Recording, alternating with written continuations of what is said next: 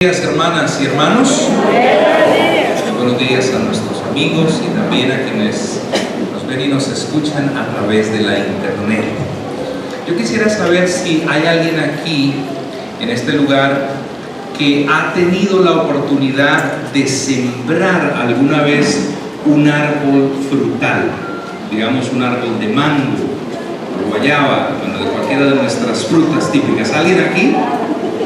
Muy bien, un buen número. ¿Ha tenido usted la oportunidad de sembrar, por ejemplo, semillas de tomate para una huerta casera? Bien. Ahora, cuando usted sembró ese árbol frutal o sembró esas semillas, ¿con qué propósito lo hizo? Para que dieran fruto, ¿no es así? Para que dieran fruto. Y es que, hermanos, así es cuando uno comienza una relación, cuando uno crea una empresa, cuando uno hace una inversión. ¿Uno espera qué? Uno espera ver el fruto en el tiempo adecuado. Bueno, pues esa es la verdad que nos enseñó el Señor Jesús en una de sus muchas parábolas, la parábola de la higuera estéril, que le invito a encontrar en su Biblia en el capítulo 13, versículos 6 al 9 del Evangelio según San Lucas. Lucas 13, 6 al 9. Y dijo también esta parábola. Si usted no tiene su Biblia a mano, puede seguirme aquí en la pantalla. Tenía un hombre, ¿qué cosa? Una higuera plantada en su viña, y vino a buscar ¿qué? Fruto en ella. ¿Pero qué pasó? No lo halló. Y dijo al viñador: he aquí, ¿hace cuánto tiempo? 3 años que vengo a buscar ¿qué? Fruto en esta higuera y no lo hallo.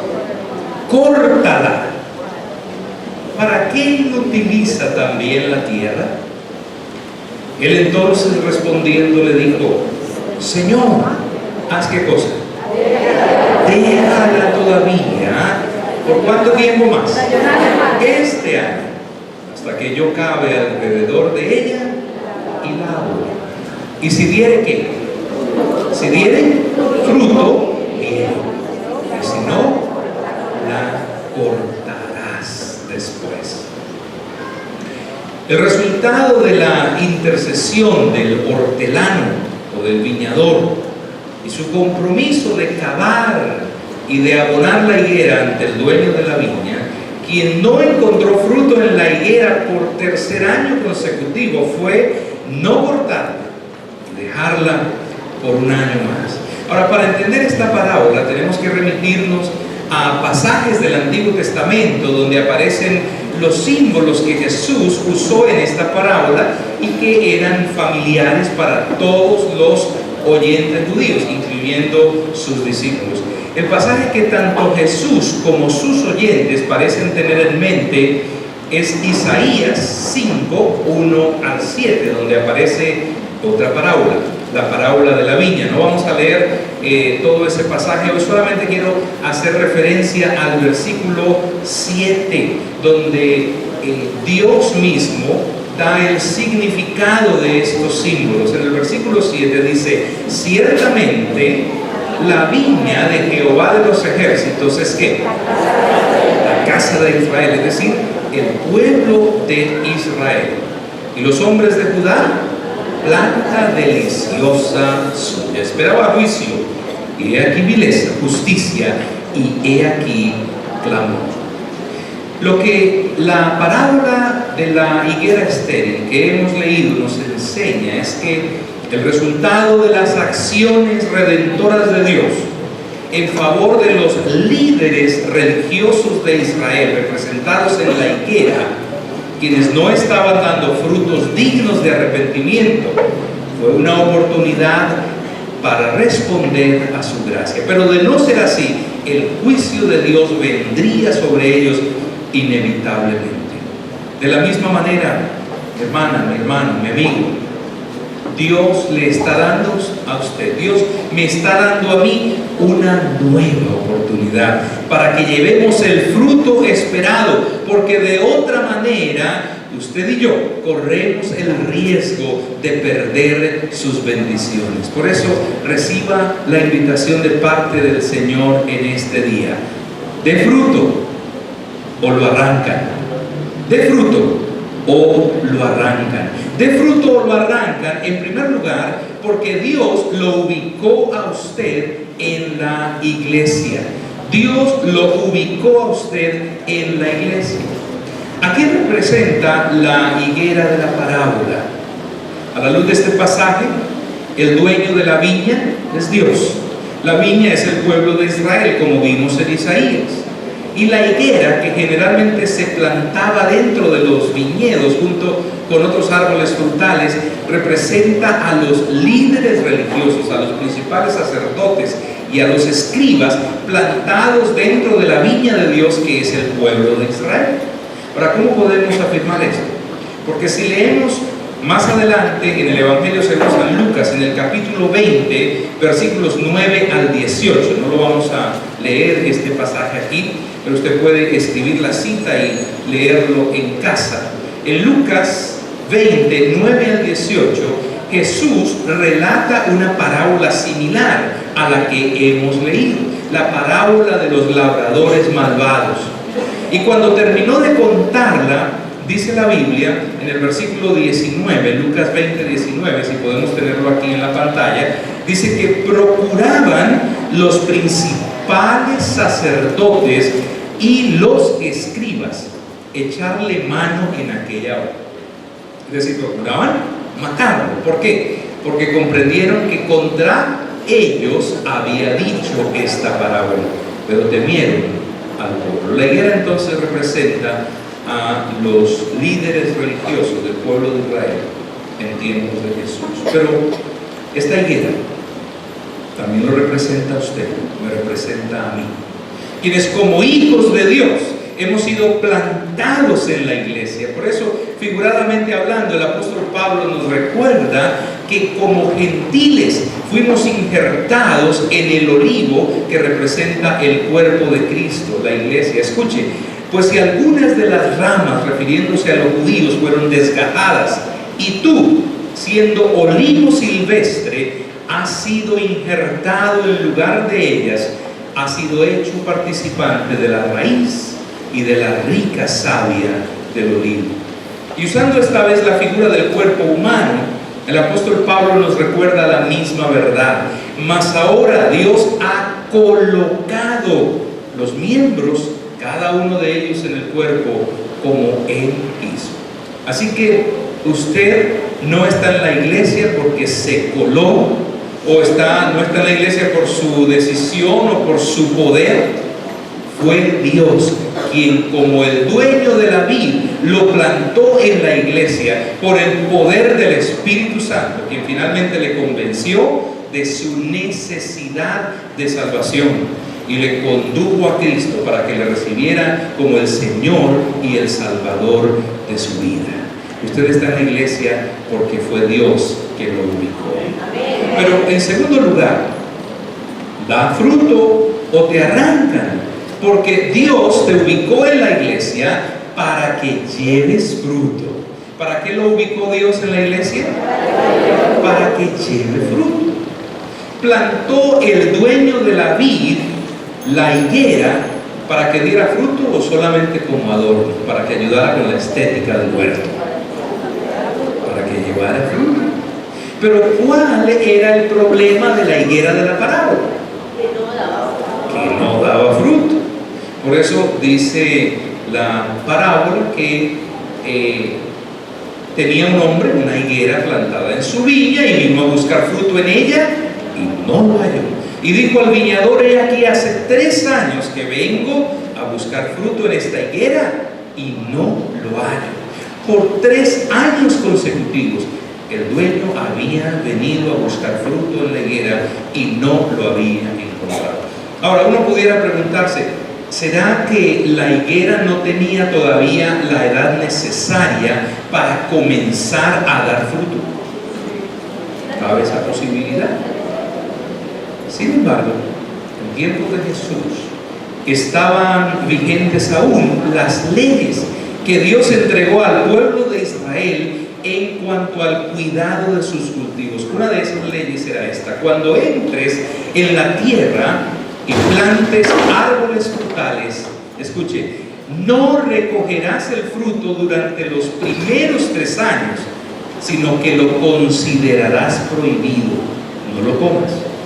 En el 4.º año, toda la cosecha deberá ser consagrada al Señor como una celebración de alabanza. Y por último, en el 5.º año podrás comer el fruto.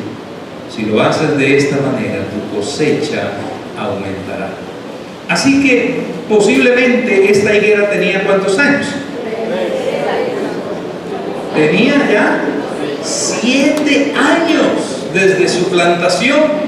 En otras palabras, había tenido todo el tiempo necesario para dar fruto.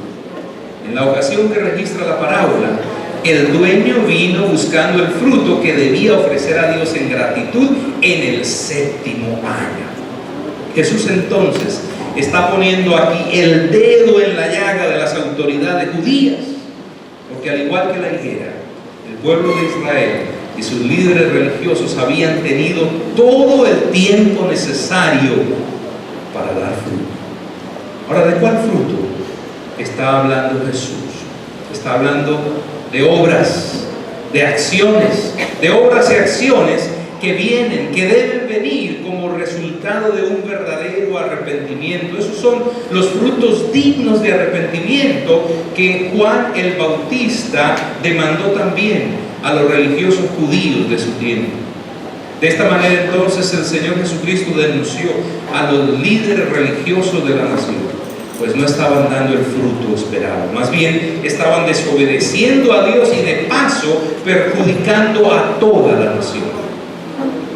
Pero hermano, asimismo Dios lo ubicó en la iglesia para que lleve fruto.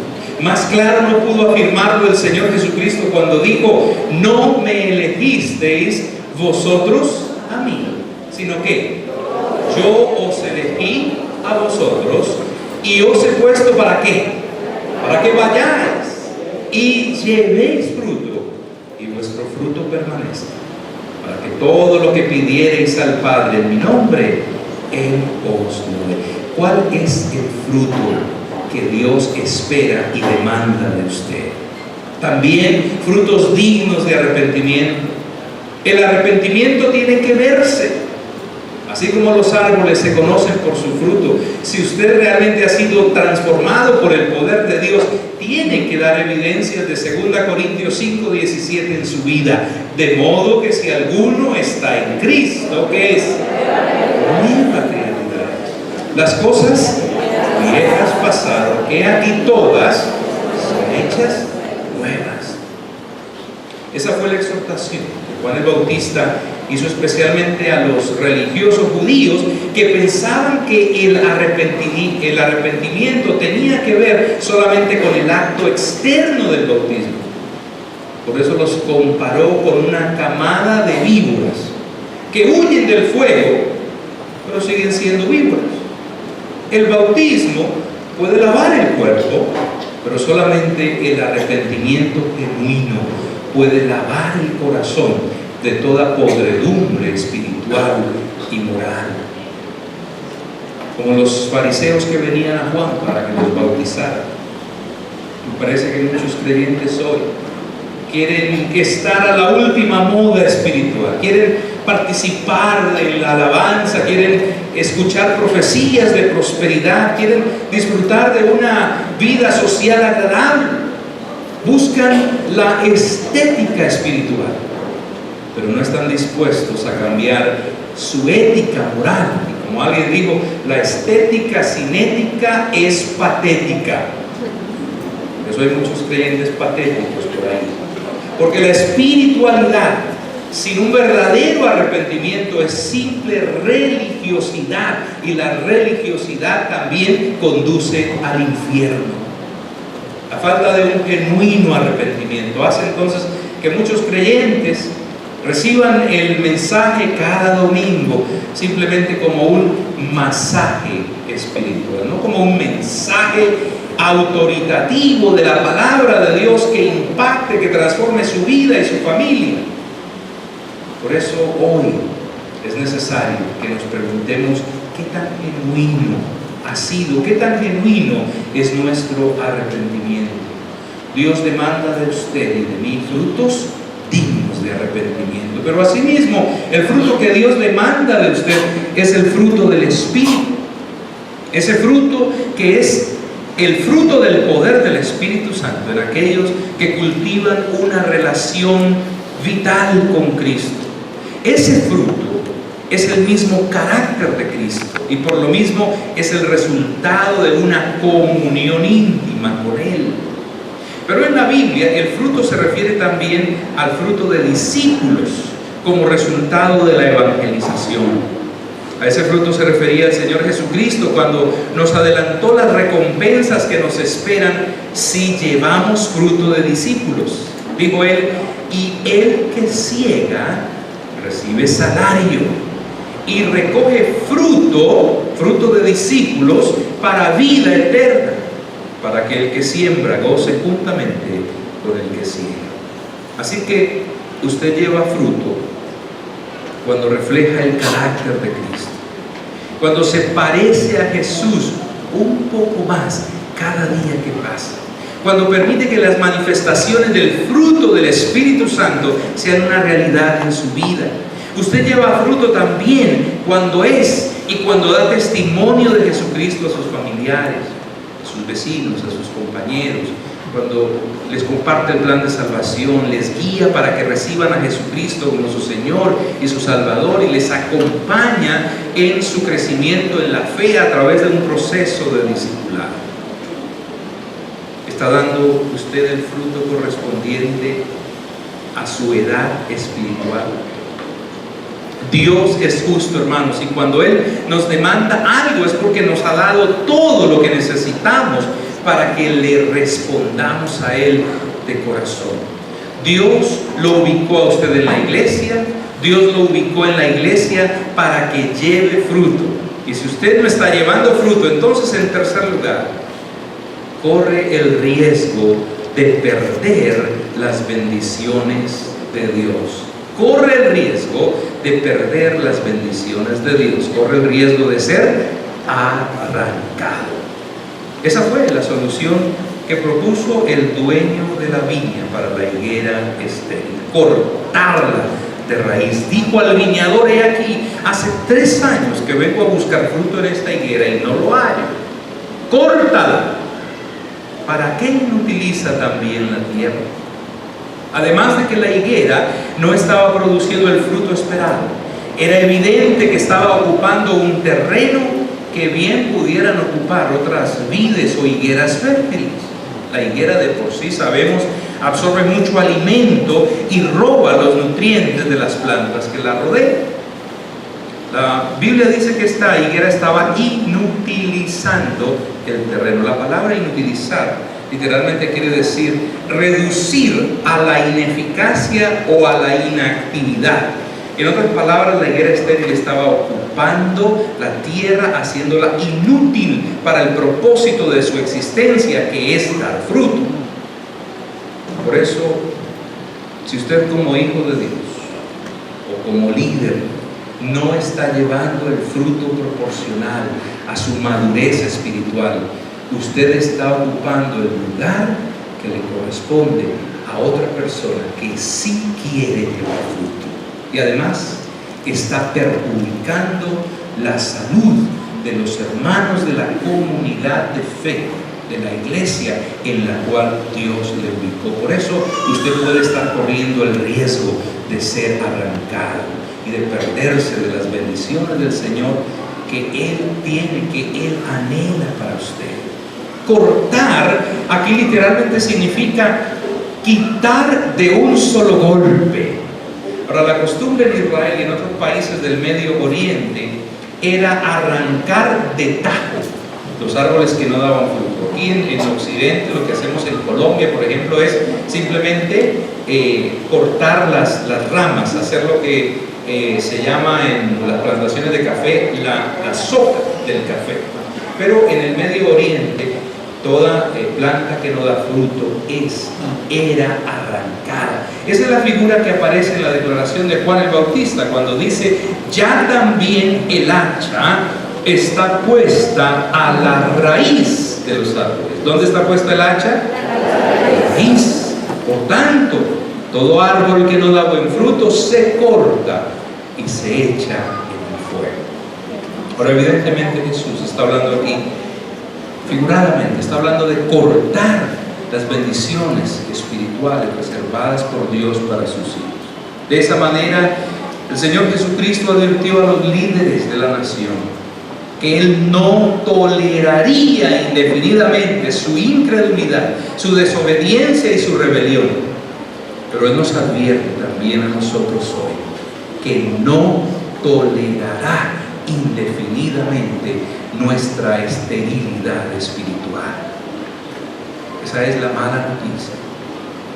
Pero gracias al Señor que hoy también hay buenas noticias. Esa noticia es que Dios le está dando a usted, Dios me está dando a mí, Dios nos está dando como iglesia otra oportunidad. ¿Cuál fue la decisión final del dueño?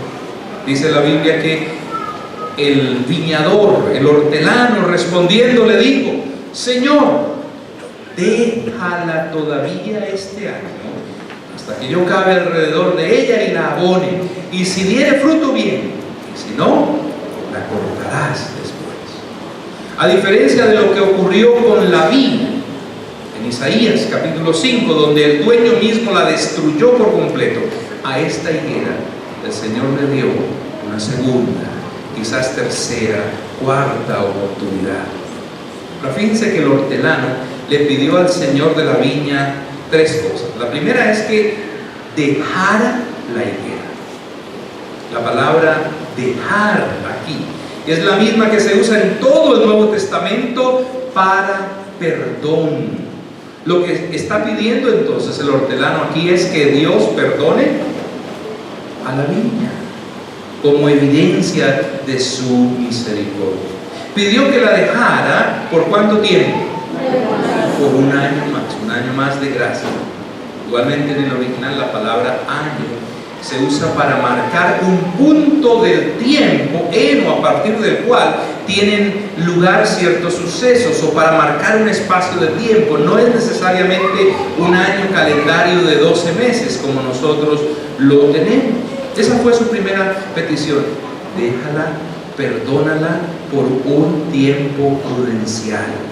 Y si al cabo de ese tiempo no da fruto, entonces el Señor tiene toda la libertad, todo el derecho de arrancarla. Pero fíjense que el hortelano no solamente intercedió por la higuera, se comprometió a hacer dos cosas. ¿Cuáles dos cosas? Número uno, cavar alrededor de ella, y número dos, abonarla. Ambas eran acciones externas a la higuera, aunque el fruto final dependía de la respuesta interna de la misma higuera. ¿Y cuál fue la respuesta del Señor, del dueño de la viña? ¿Qué dijo a la propuesta del hortelano?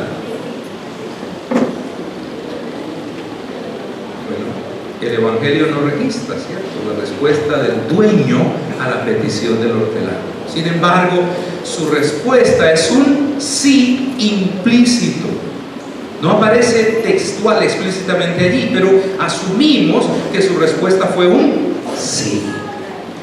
Para sorpresa entonces de quienes escucharon esta parábola de Jesús, teniendo en mente la parábola de Isaías, Jesús mismo anunció que en su misericordia Dios estaba dispuesto a perdonar e iba a conceder a los líderes religiosos judíos y a todo el pueblo una segunda, tercera, cuarta oportunidad.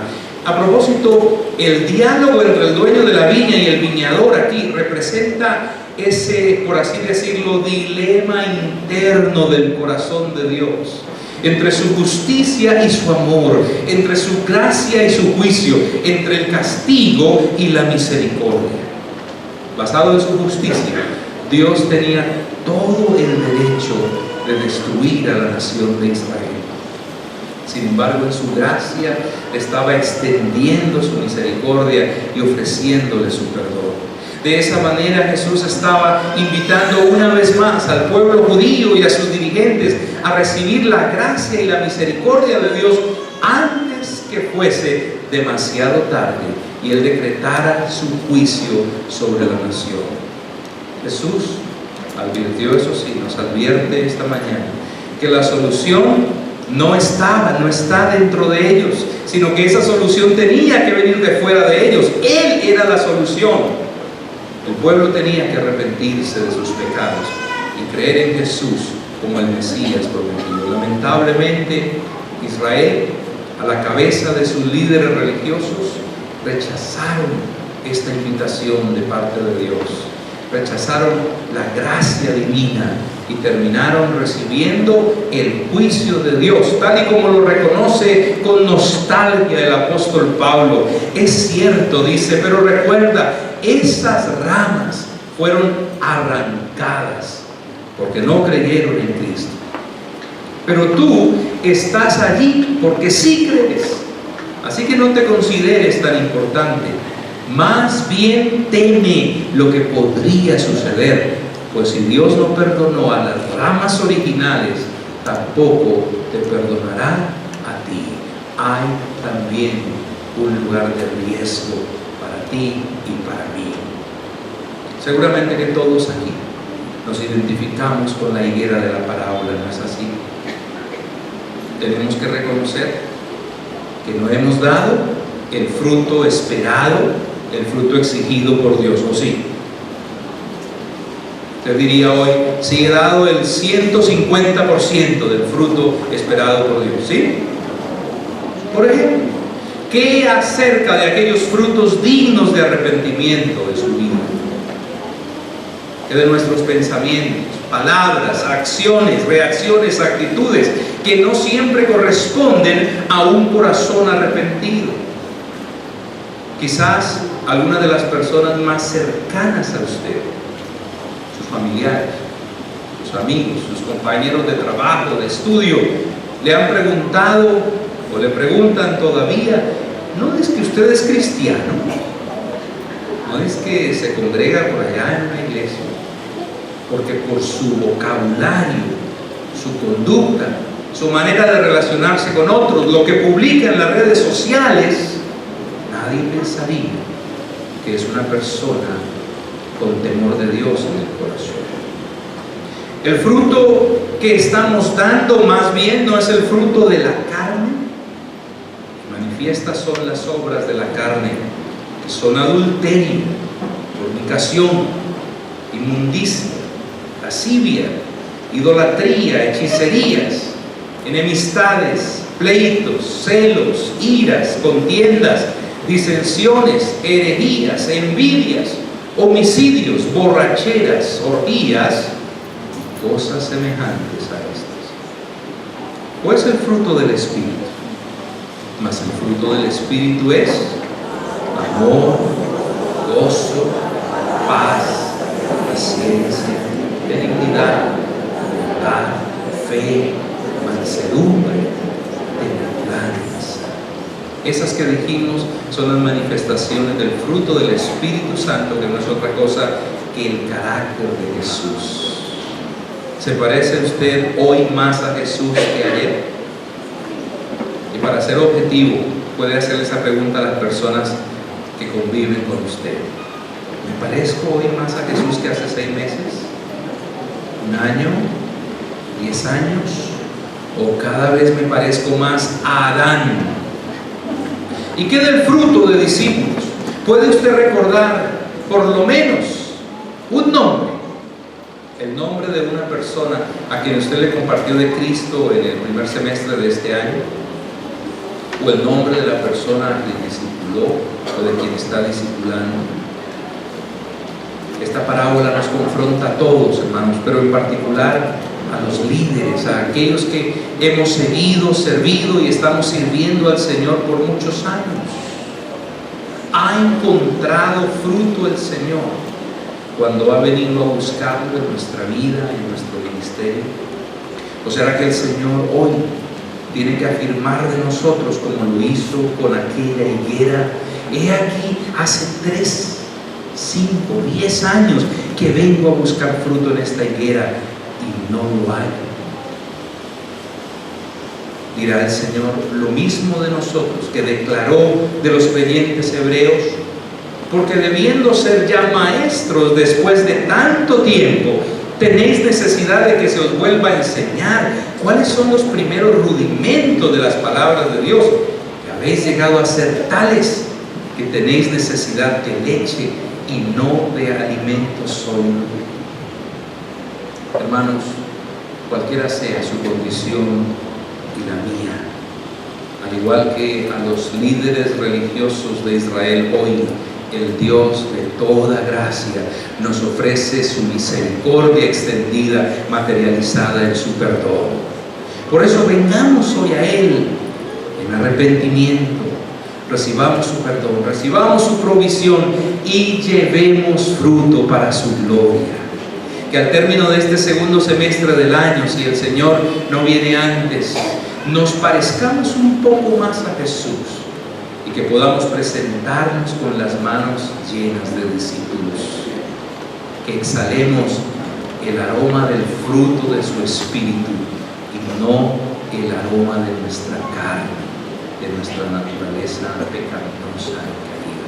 ¿Habrá alguien hoy que quiere decirle al Señor: Señor, yo no quiero ser como esa higuera estéril, no quiero ser más como esa higuera, yo quiero llevar fruto y de esa manera disfrutar de las bendiciones que tú tienes reservadas para aquellos que llevan fruto de carácter, fruto como evidencia de su arrepentimiento, fruto de su discípulo? ¿Habrá alguien en este lugar hoy que quiere decirle al Señor: Señor, ayúdame, yo quiero ser una higuera fructífera? Esos, pónganse de pie en su lugar y en sus propias palabras comiencen a decírselo a Él. Comiencen a decírselo a Él. Quizá lo primero que usted tenga que hacer es pedir perdón. Pedir perdón por su esterilidad, porque teniéndolo todo, habiéndolo recibido todo de la mano de Él, teniendo su palabra, teniendo su espíritu, teniendo sus dones, hasta ahora no puede mostrar fruto en su vida. Y el Señor sigue diciendo: cada año vengo a buscar fruto en este hijo, en esta hija, en este siervo, en esta sierva, y no lo encuentro. Gracias al Señor que su misericordia triunfa sobre su juicio y que su gracia todavía está disponible para usted y para mí en el día de hoy. Abra su corazón delante del Señor en esta hora y comprométase con Él para que su juicio, su venida en juicio, no les sorprenda. Use las palabras de esta canción a manera de oración, a manera también de compromiso y de declaración de fe. Dígale al Señor que usted quiere, usted anhela que cuando el Señor le mire, encuentre en usted algo verdadero, un arrepentimiento genuino, encuentre fruto, ese fruto que Él demanda, que Él espera de usted, de mí.